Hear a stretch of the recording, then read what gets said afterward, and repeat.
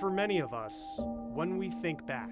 I was reaching for letterhead when suddenly we heard kind of a muffled explosion and the building began to shake. Much of our memory is defined by the images. And then it literally began to tip going in one direction. For Michael Hingson, etched into his mind is what he heard, sensed, and felt. The biggest problem that I face in the world isn't that I am blind, but because people think that because I'm blind I can't do stuff. On September 11th, 2001, Michael was preparing to lead a seminar at his office in the North Tower of the World Trade Center. We were on the south side of the building on the 78th floor.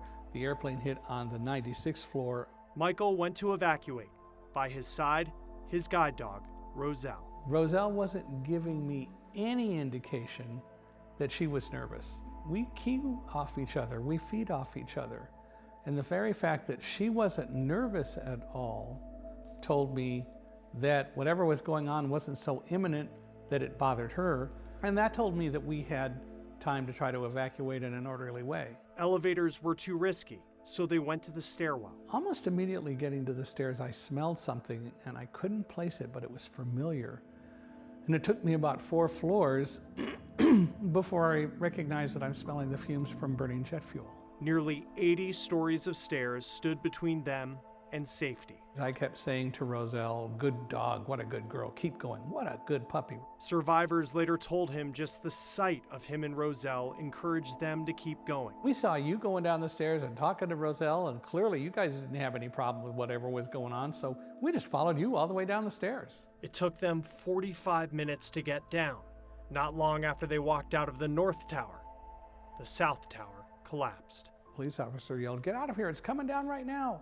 Best way to give you an image of it, it sounded sort of like a freight train and a waterfall. You could hear metal clattering like freight train couplings and glass tinkling and breaking, and then this white noise waterfall sound of the building just pancaking straight down. With every breath I took, I could feel dirt and junk and debris going down my throat and into my lungs and settling. Michael and Roselle made it home safely. It wasn't until Michael turned on the radio that he learned what the rest of the world already knew: terrorism. It was just crazy. I had no clue until then. Roselle passed away in 2011. Michael's book about their journey went on to become a New York Times bestseller. Today, he travels as a speaker. If it would help people understand more about the World Trade Center, if it would help people learn about blindness and guide dogs. For a growing number of Americans, the story of 9/11 is one learned in a book or online.